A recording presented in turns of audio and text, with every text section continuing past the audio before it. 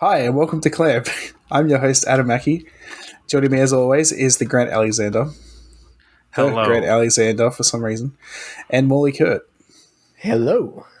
I don't know why I could not just get my head around calling you Grant rather than the Grant. Probably because I put my name as the Grant in the chat there. Yeah, that's the first thing you see. Just used to it, I guess. But anyway, boys, how's it going? What's everyone been up to?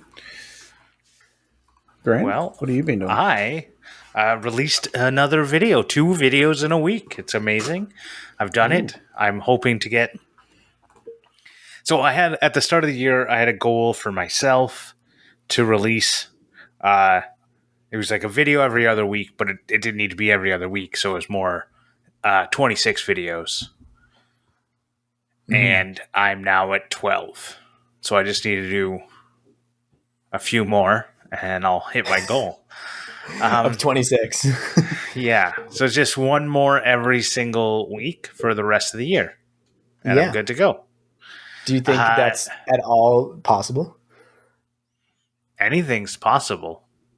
Meanwhile, you have a child that is being birthed in 2 weeks? Yes. All right. Well, so when the child is born, it's actually going to free up some time. You guys think it's going to go the opposite way, but it's actually going to free up some time. Because I know it's going to go the opposite way. No, because right now, I used to spend the time between, like we'd put our kid to bed, and midnight would be like my time.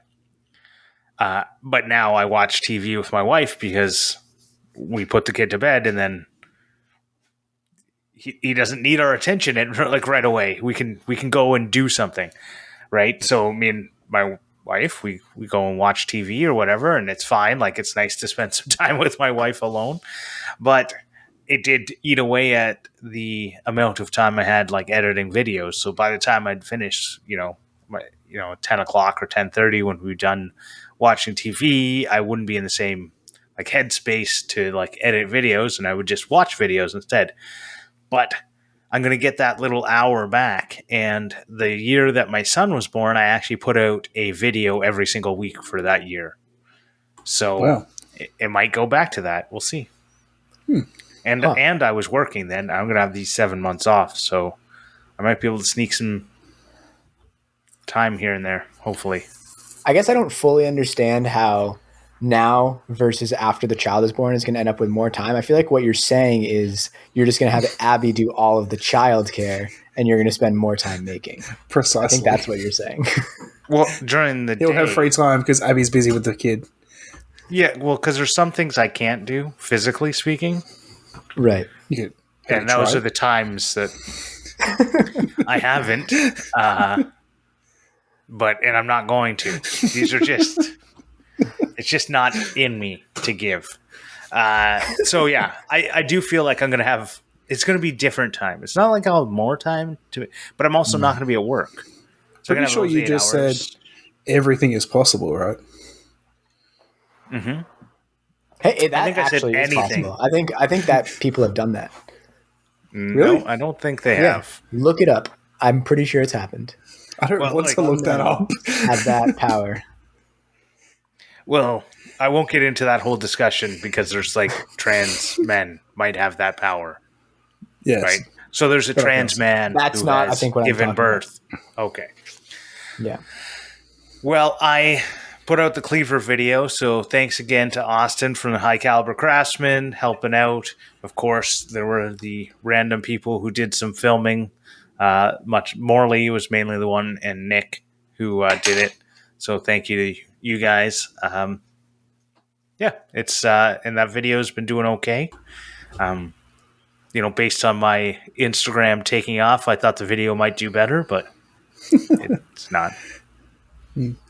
I love the video. I just wanted to quickly say though, I didn't realize like how big Austin's background was of like his story of where he started and where he is now.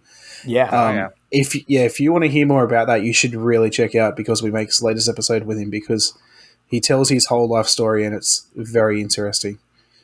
Like starting a business at 15 years old, it's insane. Yeah. Yeah. Yeah, he works hard.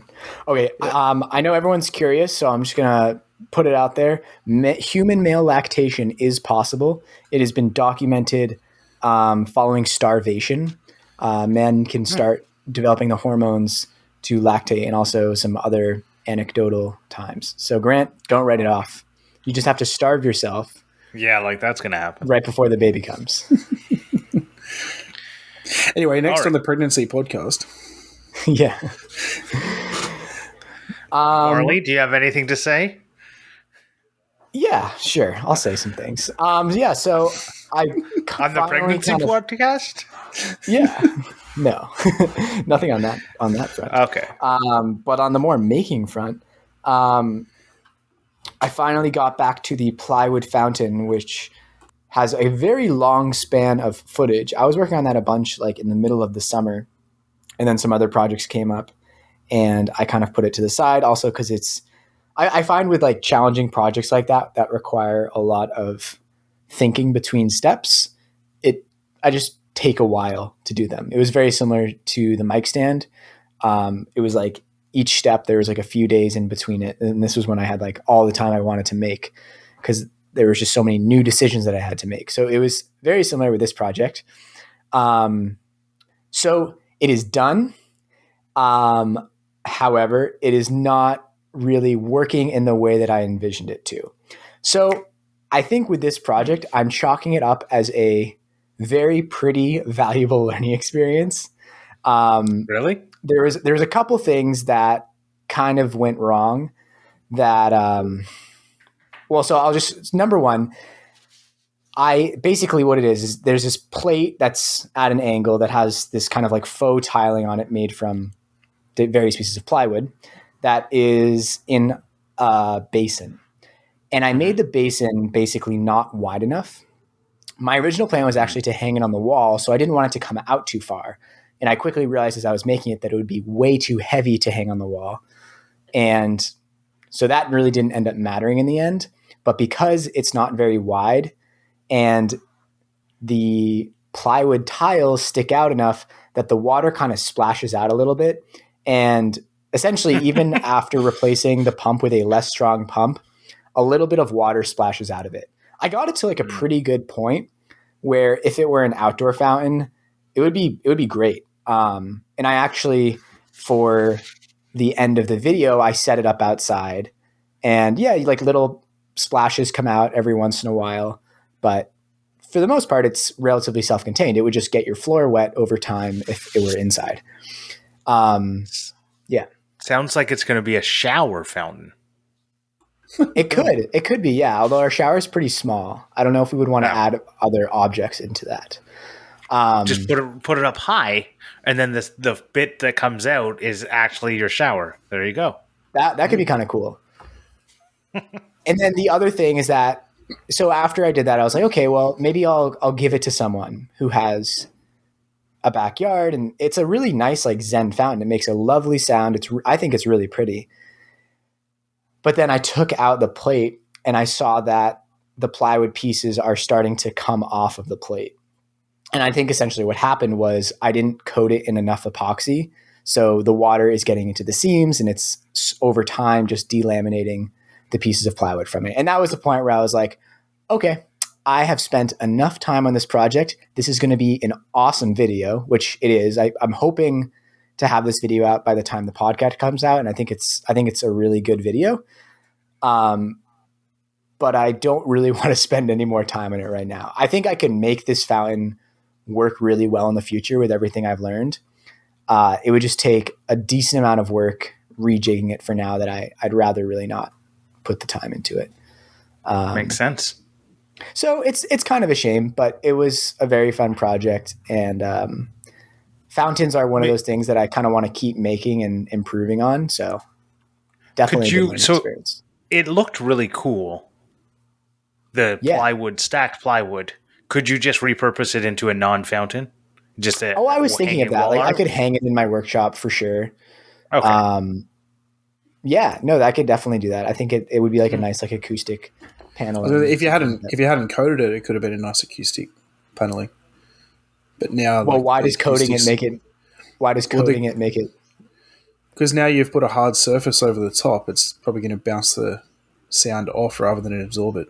I don't really think that matters actually with, so it would already be hard because it's plywood, but I think it's the shape that shape that breaks up the sound waves for something like that, which would be more of the effect versus then the. Yeah, but there would be some absorption there. Like wood is definitely more absorbent. For sure. Yeah. Absorbent than epoxy. But hence So I'll do something with it. Yeah. Yeah. I'll do something with it, but I think for now it has served its purpose. So look out for that video around the time this episode comes out. Maybe not the day it comes out. We actually just switched to a Tuesday to Saturday schedule at work because we started our classes, our fall courses. A lot of them run on Saturday because kids are out of school. So I won't really have my same Saturday, Sunday productivity. It's going to turn into like a Sunday, Monday productivity. But those courses starting has been really exciting the past few days. So as of this day we are recording, I just taught the first intro to woodworking course with a group of 11-year-old boys, which was really fun. I got them started on the scroll saw, and they were cutting out their initials, and they're really into it. I think they both have used power tools, and they had like a blast, and they're like, "What? It's already time to go." And I didn't actually get to do a ton of instructing this summer because I was in a more managerial position. Although I did, especially at the beginning of the summer, was super hands-on in the open workshop just because we weren't, most of the staff wasn't ready to lead an open workshops. But once they got to that point, I kind of stepped back to focus on like the rest of my job. So it's fun now that I'm going to be able to get to do that. And we have some cool projects planned for them. But it's fun. And I'm definitely excited. Every Wednesday night, it's going to be a blast for the next 10 weeks. So yeah, that's been my week. What have you been up to, Mr. Mackey? Well, I finally cut my first cutting board on the CNC. It's really good. It looks awesome. Yeah, it's cool. Came up really nice. I see you went for a juice groove on the cutting board number 1, just showing Vincent that, hey, I can do it. Yeah, well, that's the whole point of using the CNC and everything, was that I wanted to be able to do the juice groove and do inlays and stuff. So I didn't record anything because it was just a test to make sure everything's going to work out right. But now that I know it works, I'm going to make another cutting board for a mate and actually make a video on how to do it, how to do the juice groove and all that sort of stuff. But yeah, I'm pretty happy with how it came out. It was a big learning curve on how to do the inlays and stuff because originally I wanted to do a wooden inlay, but I'm just not there yet with like my skill level. So I opted to go with an epoxy inlay, which was actually like really fun, and I think came out a little bit nicer than a wooden inlay anyway, because I think there's a lot more customization there. Yeah, and I mean, cutting out that Bronco in wood and then inlaying it would be probably really difficult, I'm assuming. Yeah, I know how to do it. It's just trying to get the what's the word, the computer side of it done. Right. So essentially, what you would do is a V, do a V pocket, and then a V, whatever the inlay is. So you don't really need the profiles to match perfectly because the V is going to fill. Oh, that's so smart. It just won't go down all the way. But it's just trying to work out. I know you can do it in easel pretty easily, but trying to work out how to do it in Fusion and all that sort of stuff. Because easel is fine for like a one-time project, but I want this to be easily changeable to different things, like different logos and all that sort of stuff. So or lettering. To work out. Yeah. Because, say with Fusion, I can just go back to the original file, go into the text, double click on it, change the text, and that changes the whole thing. I don't have to make a new SVG and all that sort of stuff. So, but I don't know. I'm pretty happy with how it came out. And well, you could also, I don't know if you've thought about this, but you could also just export. You could do that in Fusion and then export that as an SVG and bring it into easel. I have seen that as well, yeah. So that probably will have to be the route that I need to go down because I just don't think it's really feasible with Fusion to do the way I want. Unfortunately, I think with Fusion, they don't really like. I don't know. It's not made. Fusion's not made to work with CNCs. It's made to work with like bigger machines, not like a home CNC. Oh, okay. So they're not. They don't have like really the capacity that I need. So I might have to go down that route, but I don't know. I'll see how I go. But yeah, so I was thinking about it today. Is I want to make two cutting boards to make a video with. So I'm going to make a video doing pretty much what I did with the Bronco, and then another one with multiple colors. So like, so I'd make like a file to cut out the Bronco, and then a file to cut out the main after I've poured the first epoxy, and then a file to cut out the actual body, like the head, to put a different color epoxy and all that sort of stuff. So like two videos get out of that, which would be cool. Nice. And then and I'm back at the gym. I'm so happy. I'm officially back at the gym. 4 months I worked out. It's been since I was last at the gym. Since I did anything. My wife and I literally have eaten takeaway every day for like 4 months. So every day? Pretty much, yeah. Wow. Not like McDonald's every day, but like pretty much buying food, like hot chips from up the road or something, like every day. Wow. Yeah. So how was it? How was the first day back? It was actually like it was good. Like I loved it, but I just wasn't as sore as I thought I would be. Nice. I don't know why I'm saying that like it's a downer. Yeah, that sounded like a big downer. Yeah. I don't know. I don't know. I didn't feel like I expected it to. Like I feel like I didn't even take time off. Nice. Which I guess is kind of a good thing. But I don't know, it wasn't as exciting as I thought. It was just like, oh yeah, I'm here. I know what I'm doing, which cool. I think is good. In saying that, I definitely, like, I know I've put a lot of weight back on, but I've lost a lot more muscle mass than I thought I did. You know, I used to bench easily 30, 40 kilos. Well, dumbbells, so one in each hand, and now I'm down to like 25 each, which was a big sort of wake up to realize how unfit I've gotten in the last 4 months. So are you still confident that you're at least a top contender for the $10,000 prize? Oh, 100%. Yeah. All right. I do. So in saying that, I've changed getting back into my healthy lifestyle that I was in before. Looking into what I want to do meal-wise. I know what I need to do meal-wise to win, but I just want to change it up a little bit to make it a little bit easier. So that means like meal prepping once every fortnight, 28 meals. So like lunch and dinner for every single day and all that sort of stuff. Get it all in the freezer and everything. But I haven't really done that before. So it's something I need to look into of how I want to do it. And yeah, but so usually with these $10,000 challenges, it's free if you remember. But they've added a $40 fee because there's a limit of how many people can do it due to coronavirus and like this. We still have some lockdowns here and everything, and so many people are like, "I'm not paying $40 for something I know I'm not going to win."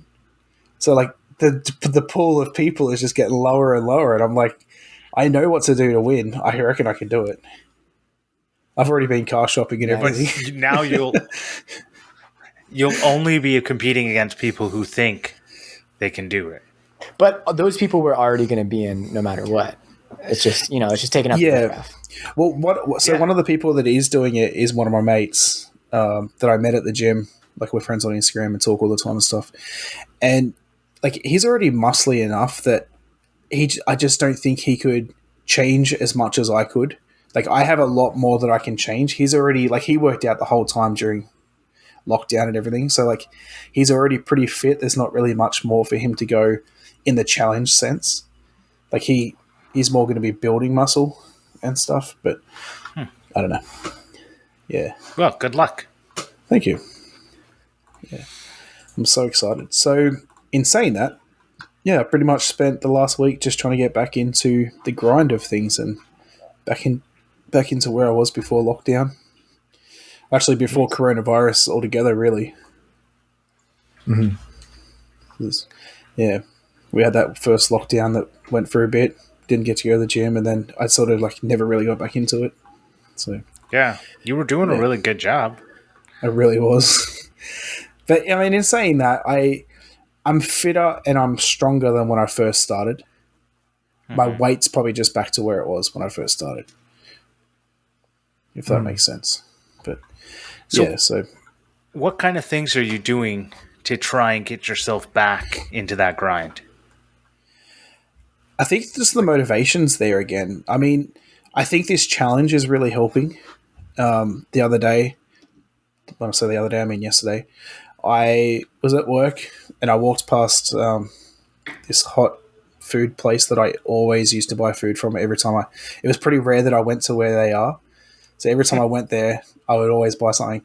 And I'm walking past and I'm like, I really want to get something. And then I'm thinking, and I'm like, no, like you need to win this challenge. And the challenge doesn't even start for another week and a half. So I'm like, I need to win this challenge. Well, that was my thought too. But I was like, no, like, you know, but it's not even about the money anymore. Like I've decided I'm going to buy a new car, and I'm like, I need that car. Like I need to get this done. I need to change my body. I need to get back to where I was. Like I'm so unhappy at the moment.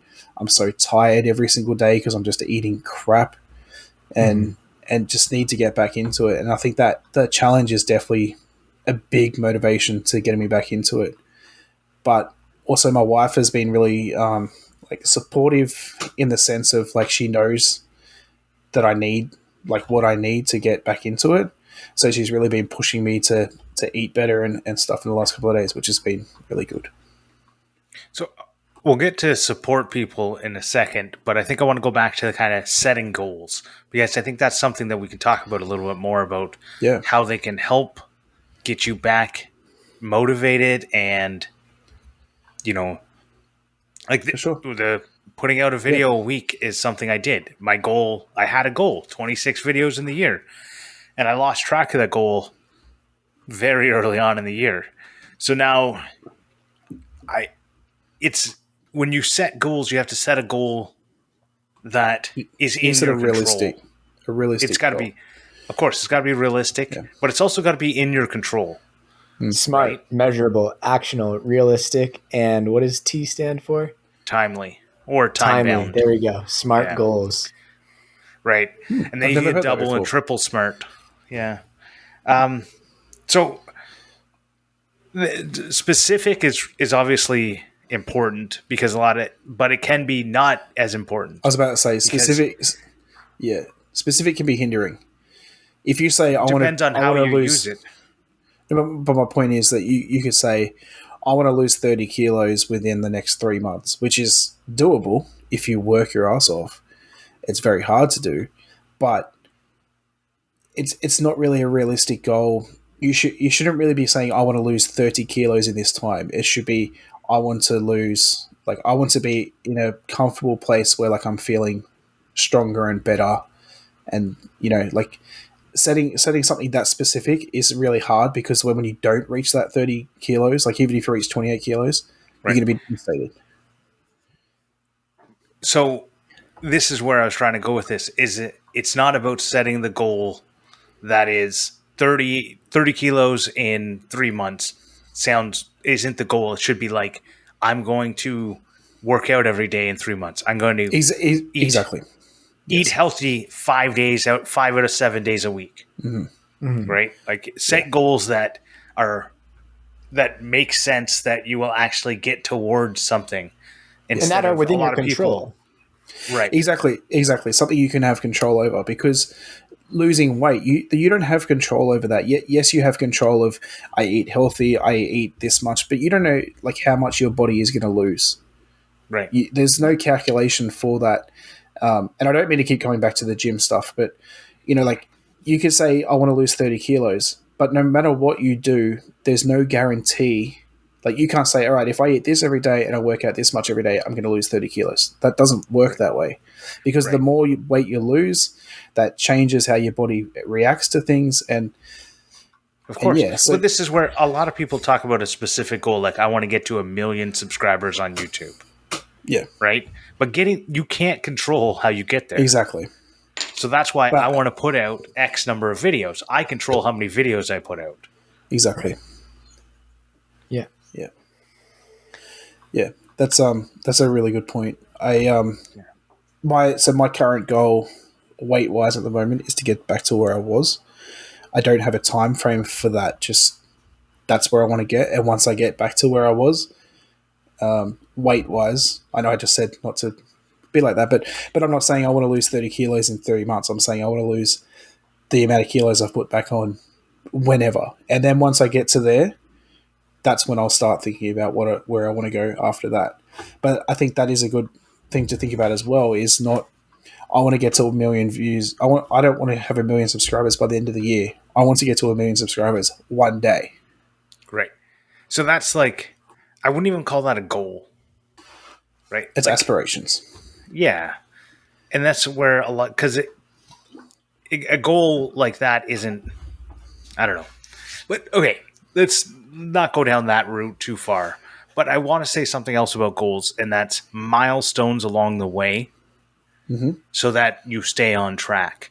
Because a lot of people can set a goal and it seems very easy to attain or whatever, but along the way, like I did with the videos, I set the goal, and at 6 months of June, I should have looked at it and gone, what do I need to do to hit the goal I set for myself? Right? I should have had milestones. I should have said, at the 6 month mark, I should have 12 to 13 videos out. Right? Yeah. Instead, at the 6 month mark, I had like 6.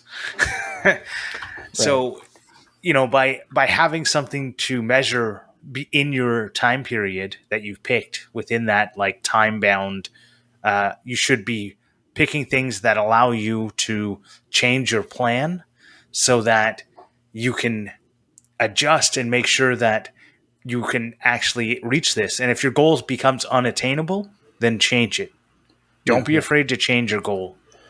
Well, it's like, we all do that at work, right? You check in with people, you see how things are going, you change course if necessary. And that's something that I've been trying to bring more into my own projects and my own work, is treating it more like a job.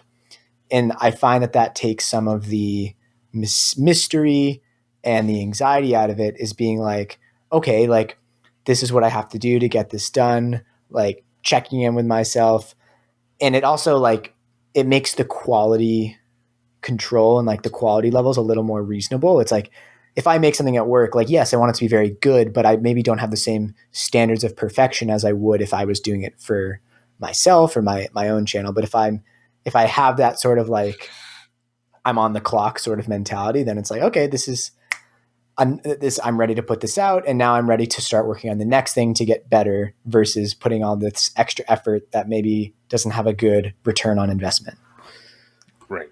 Yeah. Because like every hour you spend on editing a video, every single hour extra doesn't get the same results. Like the first hour you would spend, you make a much better video than if you had just dumped all your footage in, right? In the second hour, you refine it even more. In the third hour, it's diminishing returns, right? And Well, so at one point, it's kind of, sorry, go on. Go ahead. Finish your thought. No, I was going to say it's, oh boy. Grant, finish your thought and I'll talk. I was going to say it's diminishing returns, and at one point, your video is not going to get much better. So just move on to the next one and take the lessons you've learned. Yeah. Right. So I was thinking about this today, and I mean, a bunch of people in the Makerstones Game Having Coffee group have recently like been very, very kind to me in complimenting my high caliber camp video, which like did not go unheard. Like it was incredibly kind, and it was a huge motivator and boost. So thank you everyone who complimented me on that video. And I was thinking like, I do spend a lot of time editing, and like that video was only 6 minutes long. Maybe it was a little over 6 minutes, and it took me like a long time to edit, but I don't think any of that time that I spent was wasted time. So like when you talk about like putting extra time editing into a video, we've talked about our editing processes before, and I don't really especially when I'm editing to the music, I don't really go back to an earlier spot in the video to start changing things and refining. I'll spend a lot of time on each segment as I move forward. But once I finish that segment, that's pretty much set in stone. I might make small adjustments or replace a clip or something earlier on, but I feel like I've gotten to a point where like I kind of have my editing process down, and it just a lot of times just takes a while. But what I have found too is that there's time when I should spend an hour editing, and there's time when I should spend an hour doing something else, because that will not be the most efficient hour of my time. Right. In the morning for me is really good editing, like after dinner, right before bed. But sometimes like more middle of the day is not the best time for me to edit. But you could spend another hour color grading. You could spend 17 more hours, adjusting white balance and all these things that I don't even talk about, don't know about, anything. Like, you could spend days trying to make a video look and feel and adjust volume settings so subtly and stuff like that. Like, you could download the stems for the song to get the I do to that. adjust the And bass and stuff. Let me quick little tip, or take it for what you want. When like on Epidemic Sound or other music services where you can download stems, that is super helpful. And I do this sometimes when you want to like end a song early. So like the end of the song doesn't coincide with the end of the video. I did this in the High Caliber Camp video. I downloaded just the guitar stems, and then towards the end of the video, I cut out everything else, and it was just guitar, and it made for a really clean finish. So Interesting. little detail like that for my style of video, I love doing. But I totally hear what you're saying in terms of all the other details. Something where I think the time I've wasted a lot of time doing this is trying to refine a thumbnail that is not great to begin with. And I think what you forget a lot of times when you're making a thumbnail is that it's literally a thumbnail. It's very small. So how the exact positioning of things and everything else doesn't matter as much as the big picture. Like I when I make thumbnails, I've been trying to zoom out a lot, like make my canvas tiny on my screen and squint my eyes and being like, okay, like, does that look attractive? If not, maybe I shouldn't worry so much about the exact, am I using the semi-bold narrow version of my font, or am I using the semi-bold regular? Maybe that's not as important. People that use like a small font and then don't even realize that once you put it as a thumbnail, you can't even read it. Yep. Yeah. Well, for it took me ages to learn that. Time, I hated the font I was using, and the only way I could get something that you could read was like putting like a fake background on the like behind it, and I hated it, and I hated the way it looked. But I was like, that's the only way I can make it work. And then I finally found like how to outline letters, and then it was a lot easier. I don't know what I was doing. For sure. Sometimes when you use MS Paint, it's just not the best.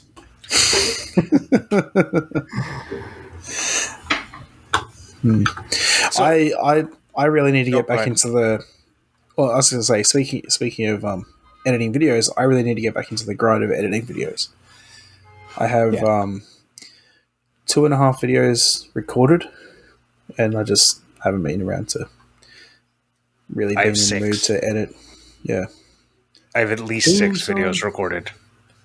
Well, there you go. So you only need 6 more? Yeah, I know. This is the part why it's within my control. Yeah. Because I've got videos recorded. I just need to edit them, and editing them is like, if I need to, I can. If I need to edit, I can edit. I get it myself with like all worked up in my head, but that's a whole nother problem that I have. But okay. So we talked about like setting goals, setting milestones. And I wanted to bring it back to you. You talked about your wife supporting you, and I wanted you to go talk about that a little bit more, because I think that's a big part about getting back into the grind that people often overlook, is that you often need support from other people. For sure. I mean, so specifically the gym thing, because that's what my wife's been supporting me on lately. She doesn't really care too much about the woodworking side of stuff. So, I don't care, whatever. But so with the gym sort of stuff, she's like, talking to me about like, what do you want to do about food and meals and do this and do this and do that. And I went to the gym on Monday, and I'm like stressing out, thinking like, I really need to start eating better, because like, as I said, we've been eating like shit and all that. And she messages me while I'm at the gym and says, hey, go to the shop after and buy like all these like healthy frozen meals. And just doing that, like, driving to the shop, and I'm like, hey, you know what? Like, I actually am excited to like try and do this properly and get the frozen meals and stuff, and just in doing that, like, it's just made me want to go further with it and make my own meals and meal prep and all that sort of stuff. Whereas last time it was I would cook every single meal, and it just got to a point where it was so overwhelming because every time I just had to think like, how am I going to have time to cook this or make this and all that sort of stuff. And yeah, just doing that has really made me realize how easy I can make it on myself if I put in a little bit of effort. Mm-hmm. Morley, you Yes, obviously have Eden, and Yes. I'm guessing she's very supporting. But I'd like to hear what you have to say and how she can give you support in getting back into the grind. Yeah, she's incredibly supportive. I'm very, very lucky. And we try to be, I try to be very supportive of her as well. So this is something we've kind of been grappling with recently in our relationship, which is we spent some longer times apart when she was studying abroad and some trips, and they've been really, really hard, especially on her. And as we've like been together for longer, we've gotten better at it. And I think something we're coming to realize is like we are okay on our own for those periods of time now. And now we're trying to be really intentional about telling the other person like, hey, you want to do this thing that's kind of like a once in a lifetime opportunity. Like, go do it. I'll be here when you come back. Right. I'm not going anywhere.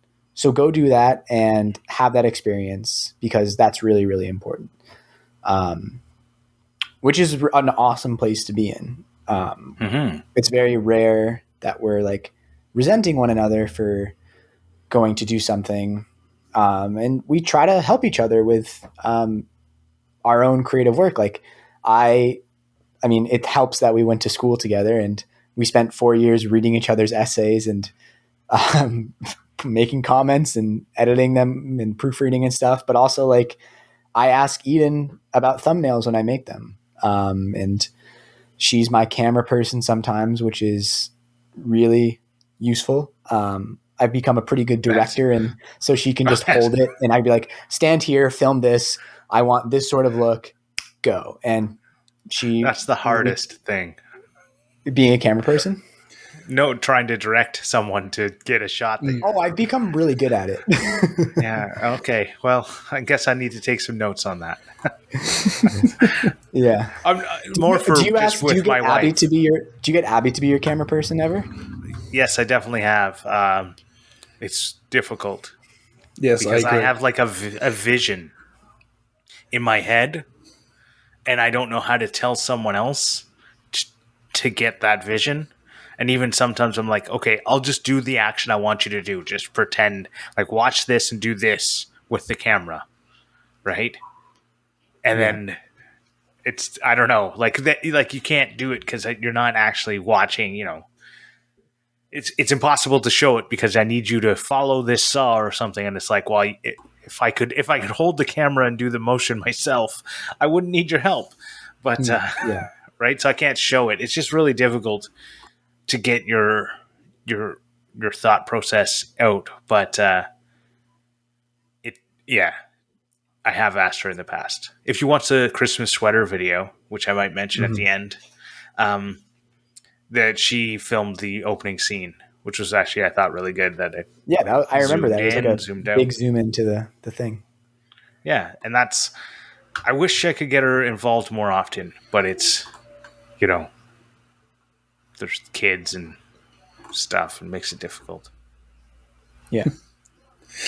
Yeah. I've also had my wife try and film a couple of things, and I know exactly what you mean. And like you could literally just show her exactly what you want done, and it just never comes like the understanding. I think the difference is that we know a little bit of what we're doing, so we know how the camera works. Yeah, well, you know what I mean. But like, you know how the camera works enough to know what you need to do. But from an outsider's point of view, it's weird. Like, I think a lot of makers are probably in the same boat where if you're a maker, you generally are pretty handy at doing a range of things. Like, I tend to pick up and learn things very quickly, and it's weird to think that there are people out there that just can't. Not not trying to bag my wife. That's not what I'm getting at. I'm just getting at, like, there are people out there that they just can't do things, and it's crazy for me to think that like I think cutting a cutting board, a rectangle cutting board out of a piece of wood. I'm like, this isn't hard at all. But there are people out there that generally would have no idea how to do that. Yep. But they have other skills, so I don't want to Yeah, say sure. like that I definitely probably couldn't do. Like Yeah, I know I work with some people that I don't know. I couldn't name one of their skills, but I'm sure they have some. Boom. Take that, people who never listen to those podcasts, and I didn't mention my name. But so when it comes to support people, like my wife is very supportive in basically like allowing me to, like, right now do things like this, like. yeah, But and I feel like the podcast is the thing that we have like almost never lost the grind. It's been a grind every week. yep, A nice routine. Yeah. And you have to have support from people to be able to do this kind of stuff. for sure. Like, I'm pretty lucky in the sense that I can edit the podcast and everything at work, but taking 2 hours out of our week doesn't seem like much, but it is when it is at crucial times when, you want to spend time with your wife. And like for me, it's the middle of the day. My son's about to wake up from his nap. My wife has to look after the kids by herself and all that sort of stuff. And, support people have to make big sacrifices for us to do what we want to do as well. Right. Yeah. Speaking of routine, I think that's something that has allowed me to get back to the grind this fall. I think the last 6 months have just been such a disruption in my routine. It was learning a new job and then learning another new job and then learning another new job. The second of which, working at camp, involved many, many hours throughout the week. But now that I feel like I've been here long enough to be like semi-comfortable, even though I'm still learning a ton of new things every day, it gives me some mental space to feel like, okay, I'm going to put aside work for today and now I'm going to go do this. And I can, strategize my days a little easier. Which I think I'm sure everyone goes through. Like, I'm still obviously young. And once you start working a job more regularly, it's like and you're getting comfortable and you're like, oh, this is really nice. I can like actually, find time a little easier and just be a little less anxious, which is very helpful for being more productive outside of work. Mm-hmm. Yeah, that talking about work and stuff made me think that I think having people depend on you as well is really helpful in keeping motivated and sticking to the grind. I mean, if I was doing this podcast by myself, I probably would have given up by now. But I don't want to let you guys down. That I'm always here unless I'm really busy, but I'm always here every week because I don't want to let you guys down. So having that dependence, I think, is really helpful. And when I think about podcasting, I think of like Dave Swiduck and doing Adventures in Creativity.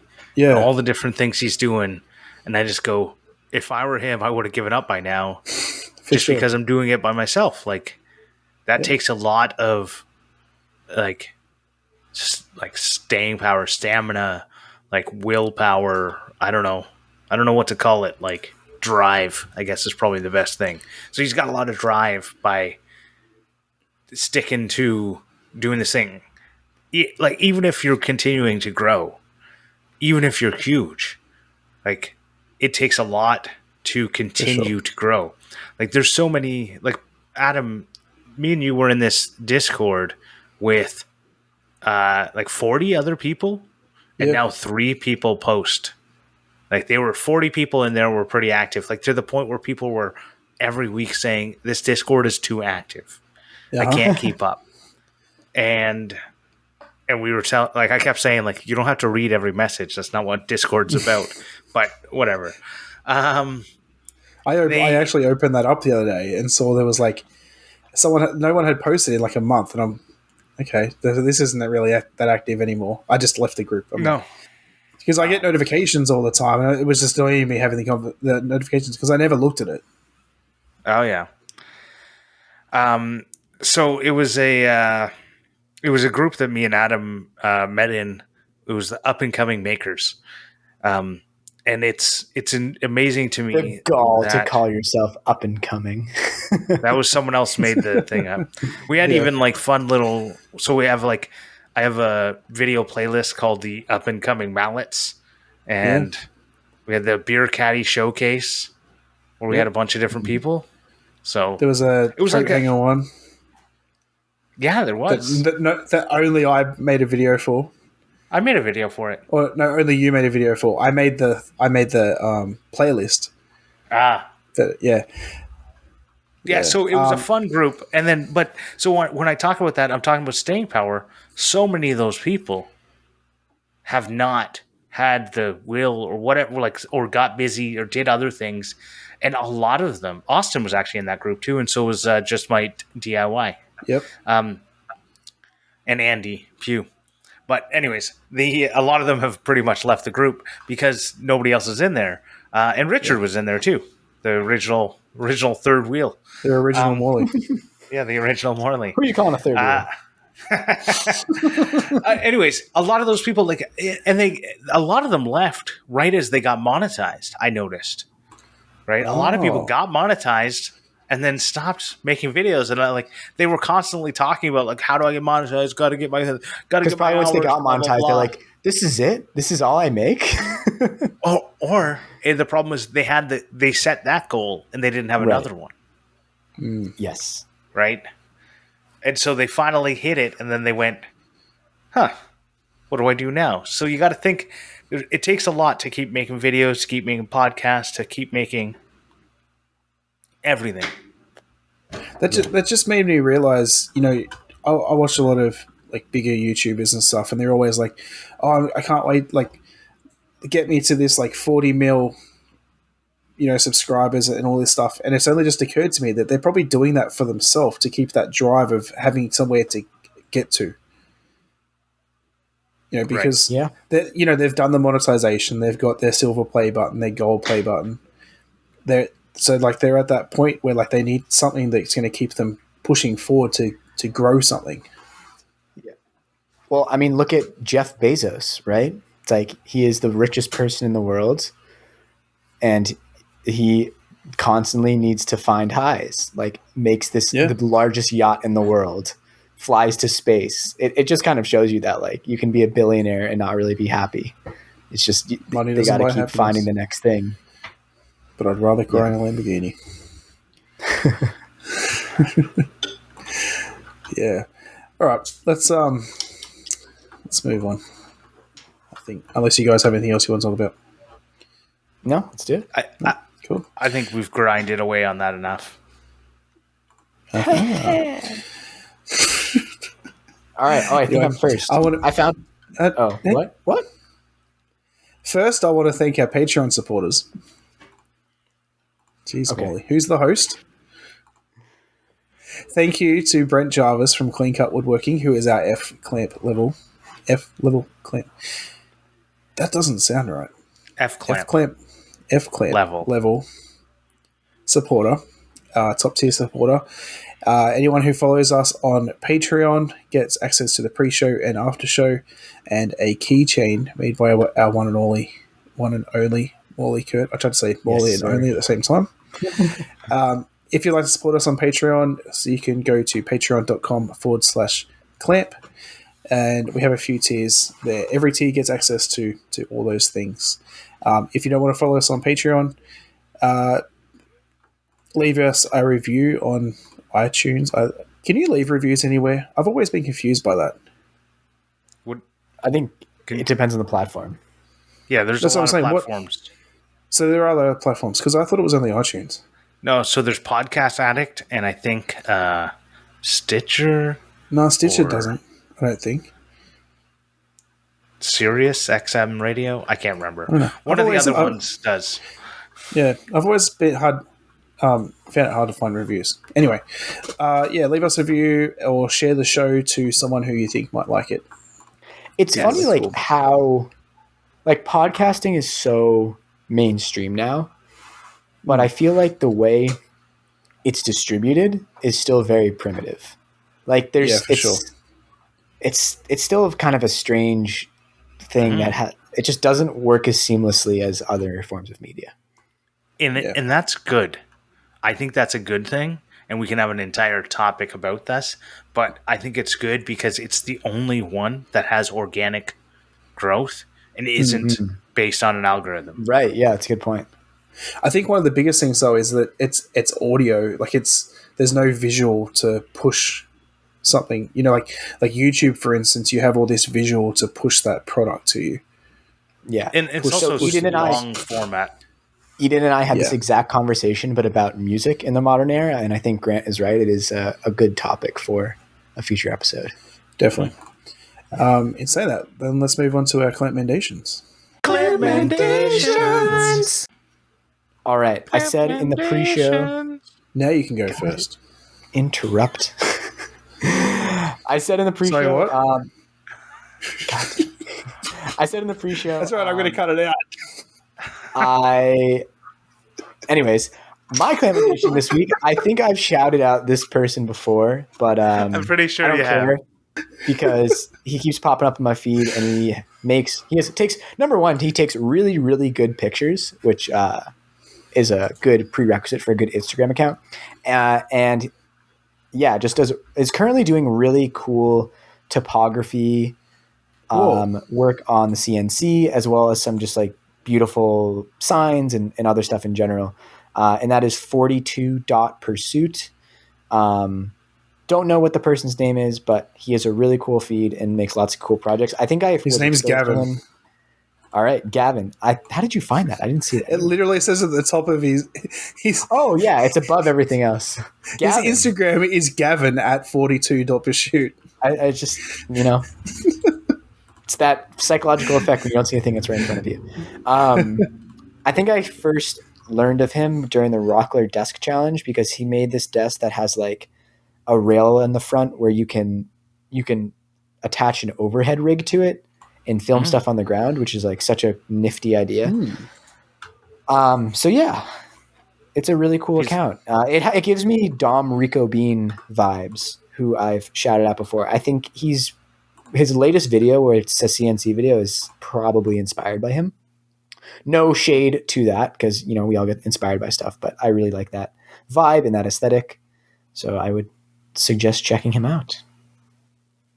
Cool. He has a really big Oreo. Yes. Well, I am going to Clampmendate Dean Duplantis. One, he's just an awesome guy, but he's also putting on a little Christmas maker toy drive. And what he wants from people is he wants you to make an ornament, not a toy. Make an ornament. He buys a toy and gives it to charity. Most charities don't accept, at least most charities I've tried to donate to, don't accept handmade toys. They only accept store-bought toys. Has to be in packaging. Yeah, it has to be, and it has to be in packaging. I don't... Because there's so many bad people in the world, that's why. Yeah, bad people. Screw those bad people. Anyways, he's doing a toy drive. Everyone, as long as you make an ornament and send it to him, he will donate a toy. So we're trying, the hashtag is Bankrupt Dean, right? For charity. Bankrupt Dean for charity. Also, he put out a cool video of cool tombstones made on the CNC. So you should go check that video out. So I'm doing a 2 for this week. I really want to make one, and I've been struggling to think of what I want to make. But after seeing Vincent's today of like the miniature cutting board, don't you dare! I really like that wheelhouse of making something miniature. So I think that's what I'm going to do. I just don't know what miniature yet. I'm my devastated. Miniature one wasn't good enough. Correct. I liked Vincent's better. Did you make that, or was that made from before? I made it. No, like did you make a new one? Yeah. Or did you send? Oh, okay. Yeah, I'm very devastated that Vincent beat me because I too am making a mini cutting board. Although I'm going to do it a little bit different Of to course. what he's done. So yeah, mine's going to have a I, juicy groove and I think Morley, you should make something that is distinctly Morley but miniature. Obviously, Yeah, that's what I want to do. I'm just trying to figure out what it will be. like a carved leather belt, distinctly Morley. That's not distinctly Morley. That's so why distinctly. don't you do Morley. like a mini diary, but like with a leather Yeah, cover? Oh, that's kind of cool. leather, tiny Actually, leather. my grandma had this collection of miniature books, which were so cool, and that would be kind of fun to make. That's not a bad idea. Yeah. A miniature Art Deco style 3D puzzle box. Yeah, I could. Well, I could just scale down the model and just print one. Yeah, exactly. I was just more joking. That would be kind of cool. Somebody good just ideas. hit their microphone. Sorry, Guess who? His name I was changing Schlatum Gracky. I was changing my Clampmendation back because Grant changed it. My Clampmendation, I bought a new tool this week, and I'm stoked with it. And that is a track saw, not a whack saw. A track saw. It was like the cheapest one I could find. It was like $200. So not one of these fancy Fez tool things, but it is amazing. It works completely different to a circular saw. The blade actually spins the opposite direction to a circular saw. I think. Really? I feel like it does. I feel like when I looked at it, it looked backwards. That would be unsafe. I doubt it. Wait, so circular saw cuts. I need to bring up a picture. Up. Like towards the plate. Away right? So from you. It's pushing them. Yeah, it depends how you're oriented. It's pushing the material into the plate, the same way a table saw pushes the material into the table. Okay, stop hitting your microphone. Just talk about your track saw. I was just looking up a picture. Oh no, circular saw does go that way. Okay, no, it doesn't go backwards. But anyway, yeah, I got a track saw, and I'm very happy with it. I've only made like 4 cuts with it, but it's an amazing tool. And I mean, as I said, it wasn't really any more expensive than the miter saw that I have. Than the circular saw that I have, and it works good. So yeah. What's the brand name on that one? What was it? I don't remember.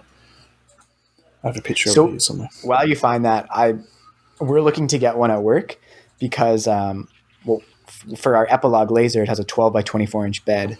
So we take big sheets of cardboard and 5x5 sheets of Baltic birch plywood. And we have this circular saw jig that we use to cut it up into 12-inch wide strips. And then we take it to the miter saw and we cut it into 24-inch lengths. It's not very efficient and we need a better system for it. I was actually looking, I think we should invest in the Craig adaptive cutting system because we could just set up a station for that and go. It's just pretty expensive. Because for a business though, I think it's good. I agree. I'm trying to convince the director of that. Well, I mean, with Festool and that, you have a lot better warranty and lifetime warranty and all that stuff, I think, don't you? True. Yeah. So the brand is Bayer, Bayer. I don't know if that's anywhere else in the world, but yeah, I'm really happy with it. And I came to the realization that I don't really need a table saw anymore because it's pretty rare that I do repeated table saw cuts. I'm definitely keeping my table saw and I want to make like a sled for it for doing grooves and stuff. But when I just need to cut down like a sheet of plywood and stuff, it's definitely going to be a lot easier just to pull out the chuck saw. Mm-hmm. So, yeah. So I just want to put this out here. Morley, you've done 6 leather belt videos. Really? Just, yeah. All so right, when I said, I feel like a leather belt is a Morley thing, you're like, no, it's not. I'm like, well. Maybe I just don't want it to be a Morley thing. I think that's it. That's enough videos for it to have its own playlist. You're right. You're not right. Oh, okay. Does someone want to quickly... You've also done 6 leather bullet or leather journal covers videos. So No, I've done some leather journal covers and some leather bound journals. I search for cover. So you got a notebook cover, journal cover, cover for a bullet journal. Grant, I'm going to make the ornament that journal I want cover. to make. How about that? Oh, I'm saying you could do that as well. You're right. Because it's also a distinctly Morley thing. All right. That's good. I'm saying you could do whatever you want. I'm just saying when we're talking about distinctly Morley things. All right. Yeah, I don't know why I'm getting defensive. I don't know. What do you want us to do? Make your Mackie? Oh, it doesn't matter. I found one. I was going to say, could you do something while I find my word of the week? But all right. What is it? All right. Have I done the word pluggers before? I don't know. Sounds like a hairpiece. It sounds like something else that is more inappropriate than a hairpiece. Okay. If you want to take plum it that bob? way. Is it a plum bob? It's No. a plum bob, definitely. Yeah. No, I'm pretty sure I have done this word before. Oh, no, I remember. It's flip-flops, right? Yeah. Oh, Because I remember I made it too far. I remember. It's so funny that like the whole sandal is based on like the little detail of how the over pieces are attached to the sole. I find that like really fun. Well, also, I mean, flip-flop, it's based on the noise it makes when you walk. So that's just as ridiculous. Some of these words I find like amazing if you don't know what it is. So go for it. Let's make my word whinge. Is it like cringe, but if you win? No. I would just say it's like you're disgusted. No. Oh. Does it have to do with sailing boats? No. So let me try and use it in a sentence. My son. I'm trying to think. Oh, is it a wedgie? No. Okay. My son took my baby's toy off him and then he decided to whinge. Does it I'm trying to do it where it doesn't give it away. Cry or lie? Whine. Wine. Oh, like I think I've actually seen WHINE. So it's spelled WHINGE. I think it's kind of a British thing too. I think I've heard British people say that. All right. It's so funny to think that like that to me is just such a normal word that. Yeah. Well, that's why these Australian words of the week are fun. I know. Yeah.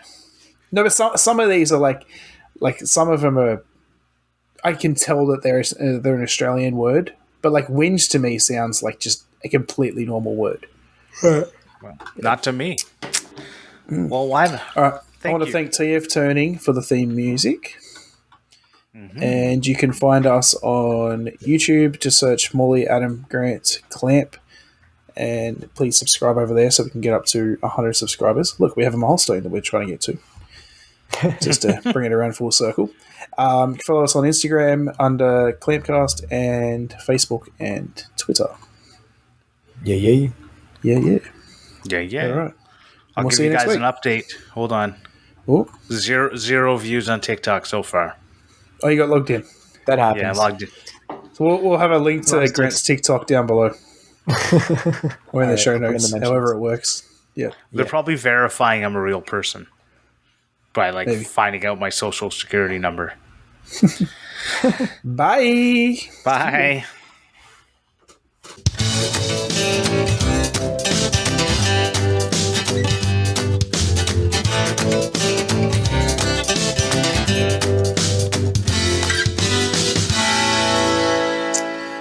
Thank you, Grant, for taking over the hosting because I was a bit lost on where to go. You got it back. You brought it back. Yeah, no, I got it back. It's just like trying to get the conversation going, and I think it was good having because it was kind of my like what I'm trying to get out there. It was good to have people ask me questions. Right. No, it was a good conversation. I very much enjoyed that.